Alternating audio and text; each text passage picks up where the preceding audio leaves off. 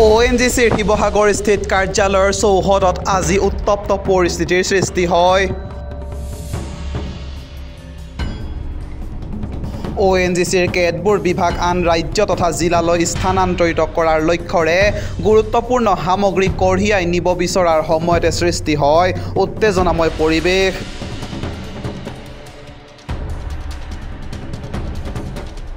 সামগ্ৰীসমূহ যাতে স্থানান্তৰিত কৰিব নোৱাৰে তাৰ বাবে জাতীয় সংগ্ৰামী সেনা অসম আটাছুৰ একাংশ কৰ্মী উপস্থিত হৈ আবদ্ধ কৰি ৰাখে। লক্ষণীয় যে ONGCৰ কোনো গুৰুত্বপূৰ্ণ বিভাগ লেবৰেটৰী যাতে আন জিলা বা ৰাজ্যলৈ স্থানান্তৰিত নকৰে তাৰ দাবীত জাতীয় সংগঠনসমূহে বিভিন্ন সময়ত প্ৰতিবাদী কাৰ্যসূচী হাতত লৈছিল। শেহতীয়াকৈ ONGC কৰ্তৃপক্ষ আৰু প্ৰশাসনৰ সৈতে অনুষ্ঠিত হোৱা বৈঠকতো কোনো কাৰ্যালয় অনাগত দিনত শিৱসাগৰৰ পৰা স্থানান্তৰিত কৰা নহয় বুলি প্ৰতিশ্ৰুতি দিছিল। কিন্তু ইয়াৰ পাছতো আজি গোপনে লেবৰেটৰীৰ কেতবোৰ সামগ্ৰী স্থানান্তৰিত কৰিবলৈ চেষ্টা কৰাৰ সময়তে আবদ্ধ কৰে জাতীয় সংগঠনসমূহে। পিছত সামগ্ৰী কঢ়িয়াই নিয়াটো স্থগিত ৰখা হ'ব বুলি আশ্বাস দিয়ে সংশ্লিষ্ট বিষয়ববীয়াই। ইপিনে কোনো কাৰণতে শিৱসাগৰৰ পৰা ONGCৰ বিভাগ লেবৰেটৰী স্থানান্তৰিত কৰিবলৈ দিয়া নহ'ব বুলি স্পষ্ট কৰি দিয়ে জাতীয় সংগ্ৰামী সেনা অসম আৰু আটাছুৱে।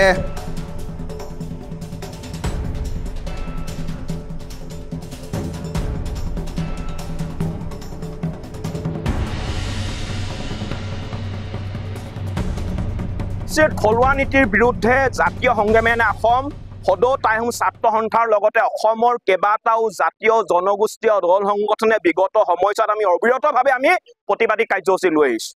ONGCৰ অসম সম্পদৰ গুৰুত্বপূৰ্ণ বিভাগসমূহ বিভিন্ন ঠাইলৈ স্থানান্তৰিত কৰাৰ প্ৰতিবাদত জাতীয় সংগ্ৰামী সেনা অসম সদৌ তাইহোম ছাত্ৰ সন্থাৰ লগতে অসমৰ কেইবাটাও জাতীয় জনগোষ্ঠীয় দল সংগঠনে যোৱা জুন মাহৰ 25 আৰু 26 তাৰিখে ONGCৰ আমি সৰ্বাত্মক বন্ধ ঘোষণা কৰিছিলোঁ।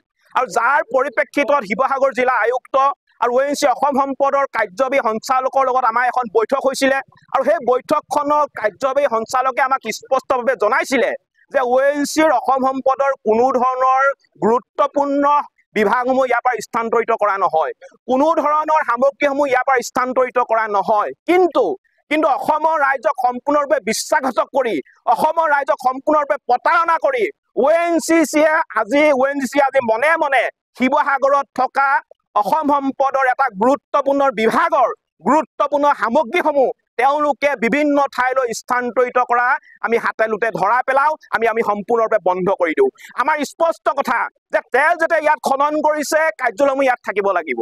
যেতিয়া তেল ইয়াত খনন কৰিছে ইয়াত কাৰ্যালয়সমূহ থাকিব লাগিব। ইয়াত তেল খনন কৰিব আৰু বহিৰাজ্যত গৈ কোনোবা AC ৰুমত বহি তাৰ পৰা অসমক কণ্ট্ৰল কৰিব এনেধৰণৰ আমি হ'বলৈ দিব নোৱাৰোঁ। কাৰণ ONGCৰ গঢ়াৰ ক্ষেত্ৰত অসমৰ মানুহৰ তেজ ঘাম জড়িত হৈ আছে আৰু অসমৰ মানুহৰ লগত বাৰে বাৰে এই যি ধৰণৰ বিশ্বাসঘাতক কৰিছে প্ৰতাৰণা কৰিছে ইয়াৰ বিৰুদ্ধে অসমৰ সকলোবিলাক জাতীয় জনগোষ্ঠীয় দল সংগঠন ঐক্যবদ্ধ হৈ অনাগত দিনত ONGCৰ উৎপাদন আৰু খনন সম্পূৰ্ণৰূপে বন্ধ কৰি দিম বুলি আপোনালোকৰ সংবাদ মাধ্যমৰ আগত আমি মন্তব্য প্ৰকাশ কৰিলোঁ।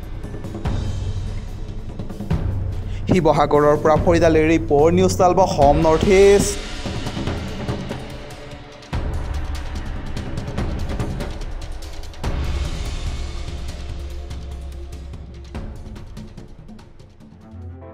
News 12 Assam north east. যাত্ৰা আমাৰ অবিৰত, সংকল্প অপ্ৰতিৰোধ্য।